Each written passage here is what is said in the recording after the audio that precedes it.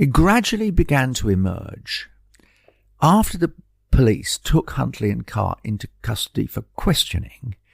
They searched the house and the school where he worked and found, among other things, the 2 Manchester United shirts. Why on earth Huntley took them back and hid them in the school dustbin is beyond me. If this is, a premeditated murder, it would have thought the last thing he would want to do. But nevertheless, he did. Maybe he wanted to look at them again. Perhaps so. Perhaps trophies, as you say. Yeah. It's entirely possible. What actually happened on the morning of Monday, August the 5th, is still a matter of some speculation. What is clear is that night, Huntley, by now, had killed both Holly and Jessica. We'll come to exactly how and why in a moment.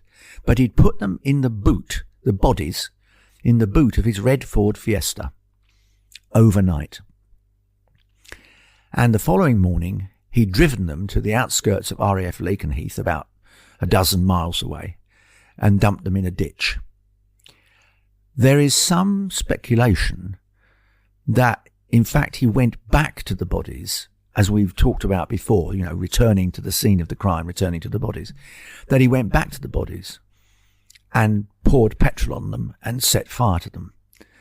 Some say that was a day or two later. Some say it was on the Monday morning. We are not sure. In my own mind, I'm sure that he probably did it on the Monday morning.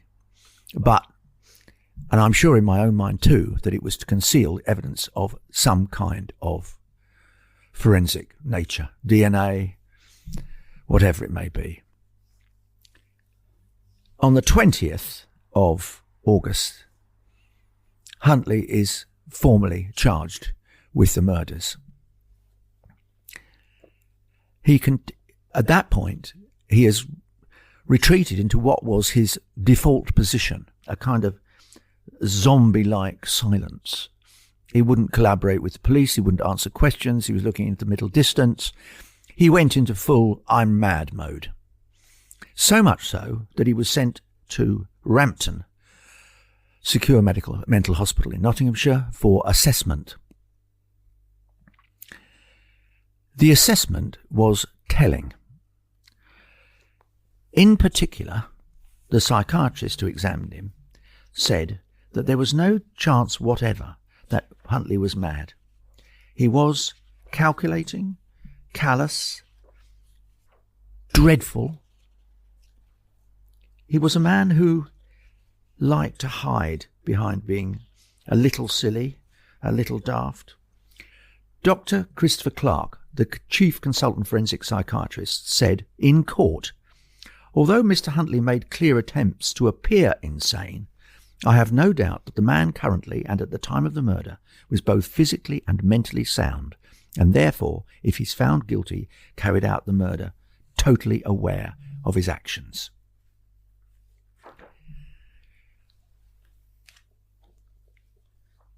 There is no doubt in my mind, never has been the slightest doubt in my mind, that Huntley was more than aware of his actions. Indeed, in spite of the fact that he later was to maintain that there was no sexual motive to the crime, I believe there was. I believe that he was severely tempted by the sight of these 2 young women. And I believe he had a long track record of it.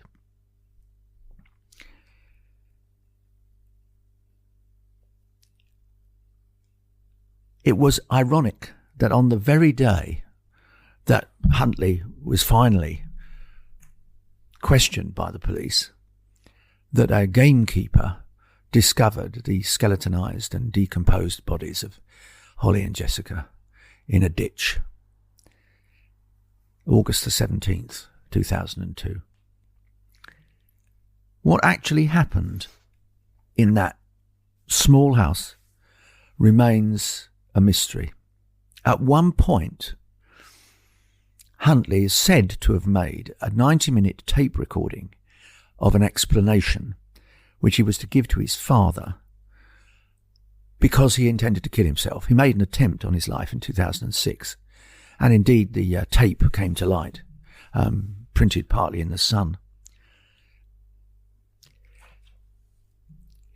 Huntley tried to insist in his quotes explanation that it was all a terrible accident.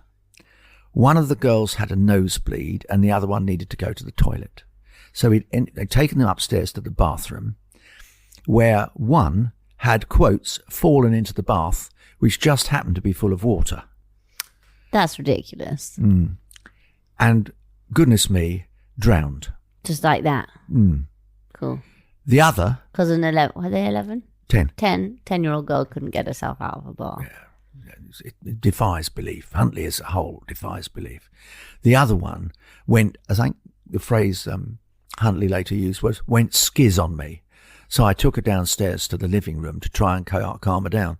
Well, he also took away her mobile phone because she was just about to dial 999. He asphyxiated, he strangled her, basically. He killed both girls quite deliberately. No one wants to add to the trauma of their parents. Imagine losing a 10-year-old daughter. It's unimaginable. And I don't want to speculate unnecessarily what Huntley might or might not have done to the girls. But I am only too well aware of Huntley's track record. There was not simply the discovery of the Manchester United shirts. There was forensic evidence, soil evidence, good DNA Stuff evidence. in the back of the car, maybe. Yeah. But he, by this time, of course, Huntley had resorted to his default position, and I think one policeman described it as blank-eyed, silent zombie-like. But the thing about Huntley is that he had a long track record.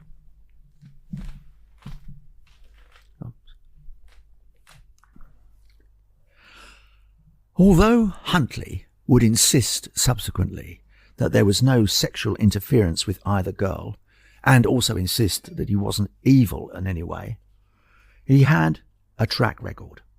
In August 1995, for example, he was 21, and there was a joint investigation launched by police and social services in his hometown of Grimsby after a 15-year-old girl admitted having sex with him. No prosecution took place. In March 1996, the following year, he was investigated again over allegations that he'd been having sex with an underage girl, but again he wasn't charged. In April 1996, the following month, Huntley was investigated yet again over allegations of underage sex, and this allegation too, there was no charge. Why was he not charged for any of these? The following month, he was investigated over further allegations of having sex with a 13-year-old girl, and yet again, no prosecution followed. 2 years later, I'm sorry, this is a litany, but it proves my point. 2 years later, in April 1998, Huntley was arrested on suspicion of raping a woman. He admitted having sex with her, but claimed it was consensual. The police decided not to proceed. The following month, in May 1998, he was formally charged with rape and remanded in custody after an 18-year-old Grimsby woman claimed to have been raped by him on her way home from a nightclub. The charge was dropped after the Crown Prosecution Service determined there was no realistic chance of a conviction. And then, in July 1998, he was investigated once more over allegations he had indecently assaulted an 11-year-old girl the previous September. Again, no charges. One final allegation came to light in July 1999 when a woman was raped and Huntley was interviewed by police about his possible involvement. But he was provided with an alibi by none other Maxine Carr. Maxine Carr.